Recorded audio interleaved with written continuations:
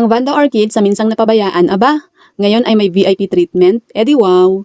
Ililipat ko na sila sa loob ng garden kasi ang payat na nila, parang hindi pinapakain. Kulang sa dilig, kulang sa lambing, parang ako nung walang jowa, char.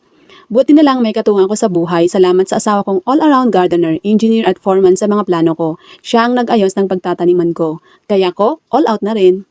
Nagsimula na ako magtanim pero wait lang, nakalimutan ko ang pinakamahalagang tool ng plantita, sunscreen. Thank you Nature's Republic Sunstick, hindi ko na kailangang hawakan ang mukha ko. Hindi pa ako nagbe-breakfast pero laban na agad. Hindi pa naman ako gutom dahil excited akong tapusin to. Hindi ko sure kung tama itong ginagawa ko pero dasal ko lang, Lord, kahit paano mabuhay sana sila para happy si plantita at syempre may chance na mabenta. Edi wow! Alam mo ba, nabili ko pa tong mga banda na to nung pandemic. Akala ko hindi na mabubuhay pero wow, survivor din sila gaya ko.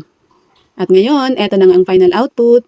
Tuwang-tuwang plantita nyo. Pero teka lang ha, hindi po ito for sale. For your eyes only. Bye!